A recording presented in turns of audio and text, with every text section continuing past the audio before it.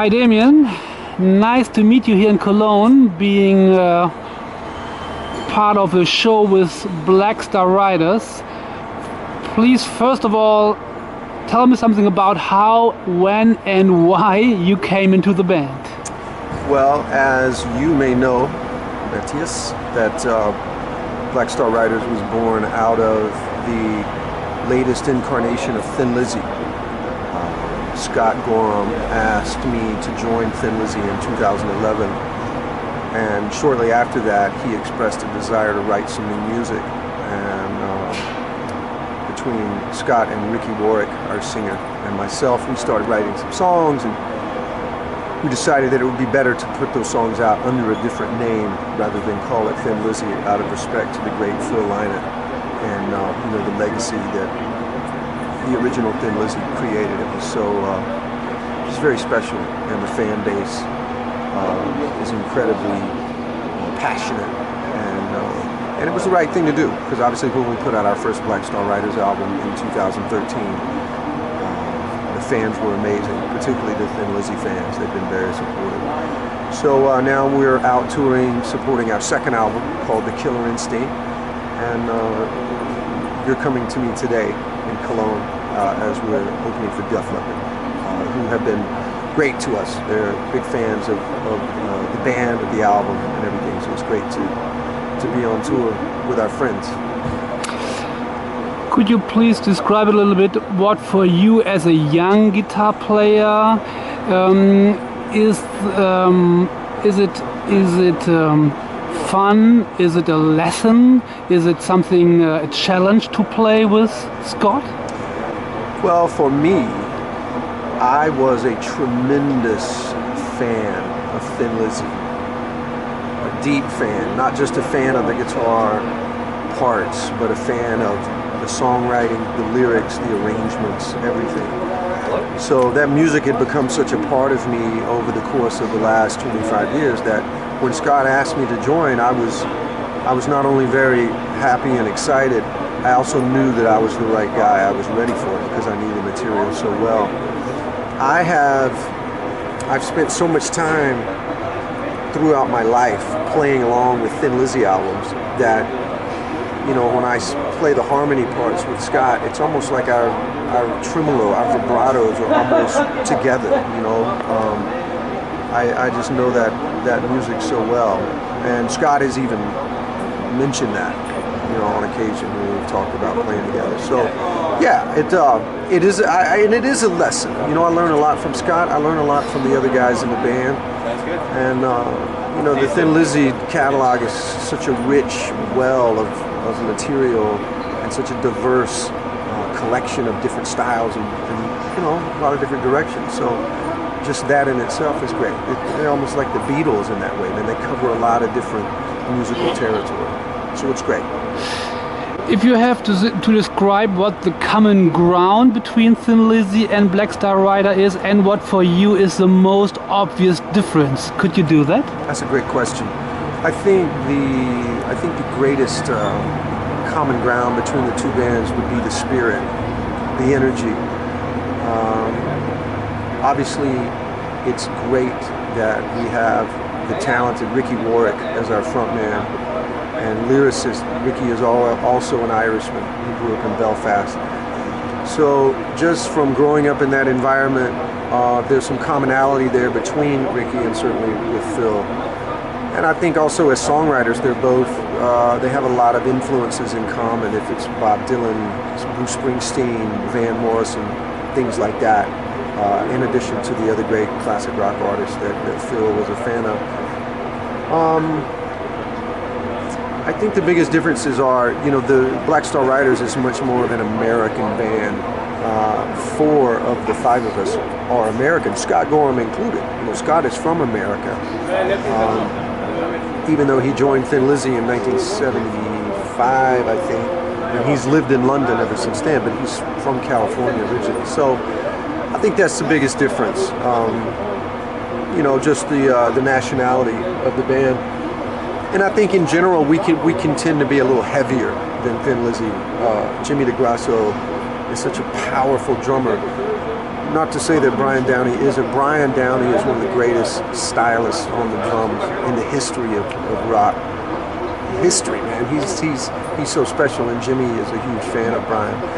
But Jimmy's a little heavier handed, a little heavier on the bass drum, and I think that matched with Ricky's intensity as a frontman and as a lyricist. I think Black Star Riders is definitely a little heavier than the original Thin Lizzy. Was it for you obvious that in Black Star Riders, besides Gorham, it needs a Les Paul player, or is a Les Paul the guitar that was for you love at first sight? Another good question. The Les Paul has been the guitar for me my whole life. I grew up in the South.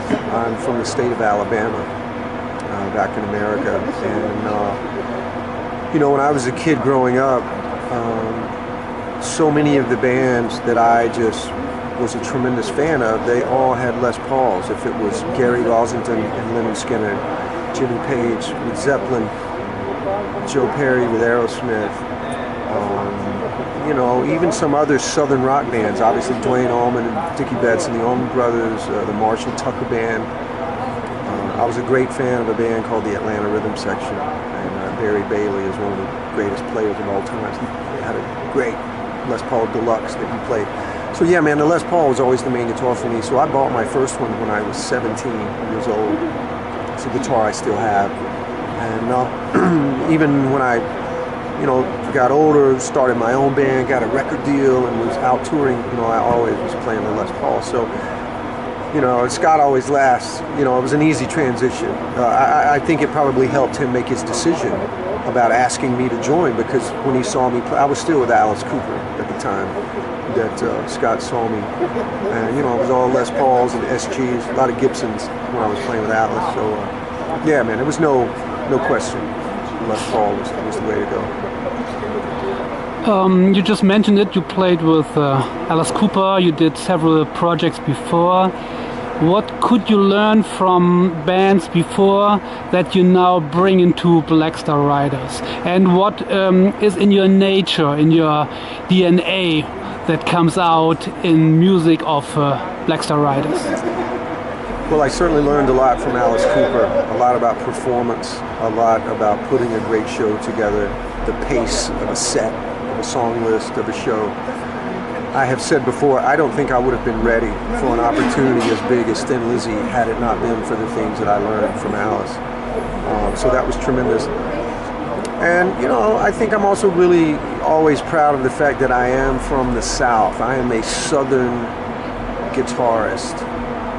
I was certainly a fan of all the great hard rock and metal bands, you know, Van Halen, Ozzy with Randy Rhoads, you know, Judas Priest, Iron Maiden. I was definitely a fan of all of that stuff, but I just think my playing is a little unique in that I had such an influence of Southern music, blues, R&B, soul music, you know, from Muscle Shoals and even from New Orleans. You know, it was a rich melting pot of different styles, and I think I bring some of that to Black Star Riders, not just with my guitar playing, but even in the songwriting. You know, Ricky and I have such a great chemistry as songwriters. I learned so much from him, and you know, when we get together, I think we've both been doing it for so long, and we are so unique in our own individual styles that when we come together, that is what is a big, I think it's an important factor of what makes Black Star Riders sound like it does.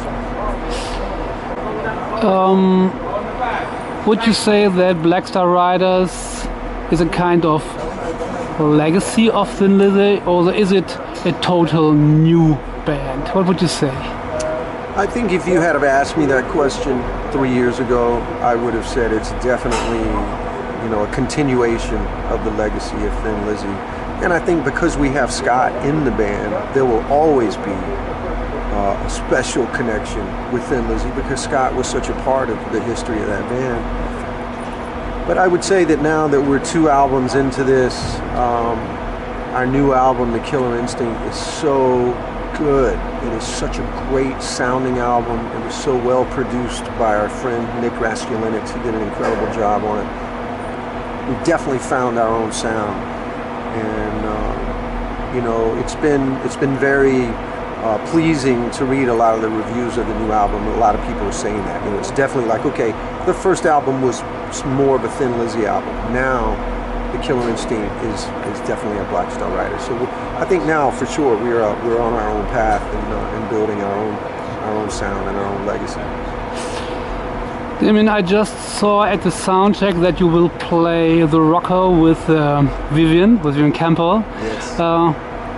It's a fun thing for you, or is it something, a kind of homage to Thin Lizzy and the original Thin Lizzy lineup? No, it is such a fun thing for all of us. You, I'm sure, know that Vivian played with Scott in the newest incarnation of Thin Lizzy, starting in early 2011. And Vivian had intended to do the entire rest of the tour, but his schedule with Def Leppard changed, and you know, so that was when the opportunity later presented itself for me to come in. So the very first live concert recording that they sent me to learn the songs from was of Vivian playing. So they sent me this great, you know, audio CD, and it had Vivian's guitar turned up in the mix. So it made it easier for me to like know which harmony parts he was playing with Scott, and that way when I showed up, I could make the transition pretty seamless.